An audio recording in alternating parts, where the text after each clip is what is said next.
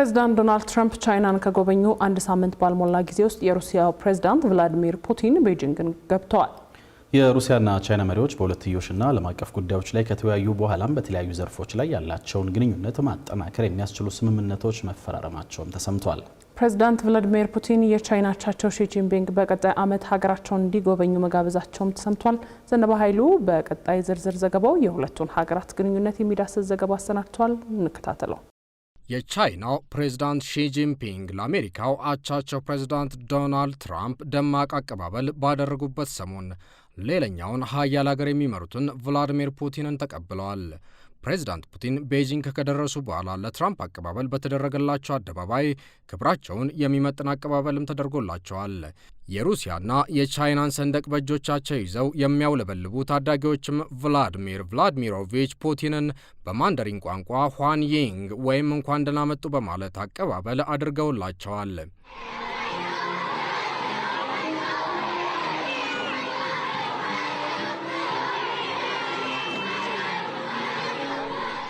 መሰሉ አቀባበል ለፕሬዝዳንት ትራምፕም የተደረገ ሲሆን ሁለቱ ሀገራት በንግድና ኢንቨስትመንት እንዲሁም በኢራን ግጭትና በታይዋን ጉዳይ ላይ መምከራቸውም አይዘነጋም።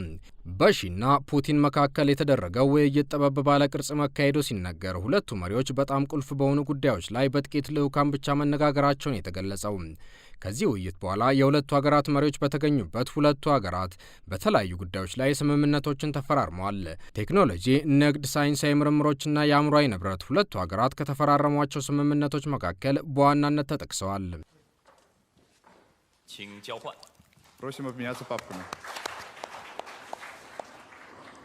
ፕሬዝዳንት ፑቲን ሁለቱ ሀገራት እንደ ቁልፍ የግንኙነታቸው ማዕተብ የሚቆጥሩት የመልካም ጉርብትናና ወዳጃዊ ትብብር የተሰኘ 25ኛ ዓመት ክብረ በዓልን በማስመልከት ወደ ቤጂንግ ማቅናታቸው ሲነገር ይህ ስምምነትም ዳግም መታደሱን የተሰማው ከዛሬ 25 ዓመታት በፊት ቻይናና ሩሲያ የደረሱት ስምምነት በሁለቱ ሀገራት መካከል የተሻለ ወዳጅነትና ትብብር ለመገንባት ማስቻሉም በሰፊው ይነገራል።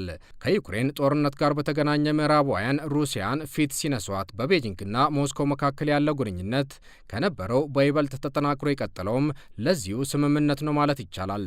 ሁለቱ መሪዎች በተወያዩበት ጊዜም ፕሬዝዳንት ሺ ጂንፒንግ የሩሲያና ቻይና ግንኙነት ከፍተኛ ደረጃ ወዳለ ሁሉን አቀፍ ስልታዊ ትብብር መሸጋገሩን ጠቁመዋል። ዓለማችን ወደ ጫካ ስርዓት እየተመለሰች ነው ሲሉ ዓለም አቀፉን ሁኔታ የተቹት ፕሬዝዳንት ሺ ሁለቱም ሀገራት በዓለማችን ላይ አንድ ሀገር እንዳሻው ተነስቶ ሌላ ሀገርን የሚያሸብርበትና የሚያንቅበትን አካሄድን እንደማይቀበሉት ተናግረዋል። በመካከለኛው ምስራቅ ተጨማሪ ግጭት እንዲቀሰቀስ እንደማይሹ የጠቆሙት ሺ በቀጠናው ግጭት ውስጥ ያሉ ሀገራት በአስቸኳይ ሁሉን አቀፍ የተኩስ አቁም ስምምነት ላይ መድረስ እንዳለባቸውም ነው የጠቆሙት። ፕሬዝዳንት ፑቲን በበኩላቸው በሀገራቸውና በቻይና መካከል ያለው ሁሉን አቀፍ አጋርነትና ስልታዊ መስተጋብር በዘመናዊ ዓለም የሁለትዮሽ ዲፕሎማሲ ምሳሌ ስለመሆኑ ነው የተናገሩት። የሩሲያው ፕሬዝዳንት ቭላዲሚር ፑቲን ከቻይና ጋር ያለን ግንኙነት ከምንጊዜውም በላይ የላቀ ደረጃ ላይ ደርሷል ያሉ ሲሆን በሁለቱ ሀገራት መካከል ያለው የንግድ ግንኙነት ከፍተኛ ደረጃ ላይ መድረሱንም ነው የገለጹት። ቻይና የሩሲያ ነዳጅን በመሸመት ቀዳሚው የዓለማችን ሀገር ስትሆን ሞስኮ ወደ ውጭ የምትልከው 50 በመቶ ነዳጅም የቻይና ገበያ ነው መዳረሻው። በእርግጥ ከአሜሪካው $415 ቢሊዮን ጋር ሲነጻጸር በሩሲያና ቻይና መካከል ያለው ዓመታዊ ንግድ መጠን በግማሽ በማነስ $240 ቢሊዮን ብቻ ነው። ከዚህ $240 ቢሊዮን ዓመታዊ ንግድ መጠን ውስጥ ነዳጅ ከፊሉን ሲሸፍን ሩሲያ በዓመት 100 ሚሊዮን ሜትሪክ ቶን ነዳጅ ለቻይና በመላክ $129 ቢሊዮን ያህል ከግብይቱ ታገኛለች።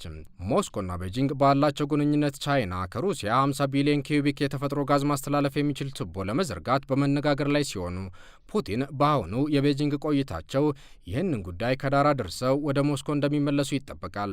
ይሁንና አሁን ንግግሩ ቢጠናቀቅም የተደረሱት ስምምነቶች ገፋ ተደርገው አልተገለጹም። ቻይና የሩሲያ ቁጥር 1 የንግድ አጋር ስትሆን በሁለቱ ሀገራት መካከል ያለው ግንኙነትም ከጊዜ ወደ ጊዜ እያደገ መምጣቱ ሲነገር ሁለቱ መሪዎች አንዱ አንዱን ወዳጄ ሲያልፍም የጥንቱ ጓዴ እየተባባሉ ሲጠራሩ ማየቱ እየተለመደ መጥቷል።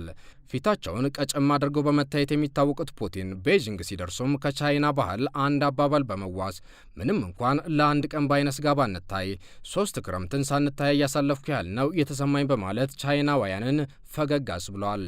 ይህ በእንዲህ እንዳለ ፑቲን እግራቸው ቤጂንግን ከመርገጡ በፊት የቻይና የንግድ ሚኒስትር ቤጂንግ ከአሜሪካ 200 ቦይንግ አውሮፕላኖችን ለመግዛት መስማማቷን አረጋግጦ ሁለቱ ሀገራት በማሌዥያ ኳላላምፑር የተፈራረሙት የንግድ ስምምነት እንዲቀጥልም ጠይቀዋል።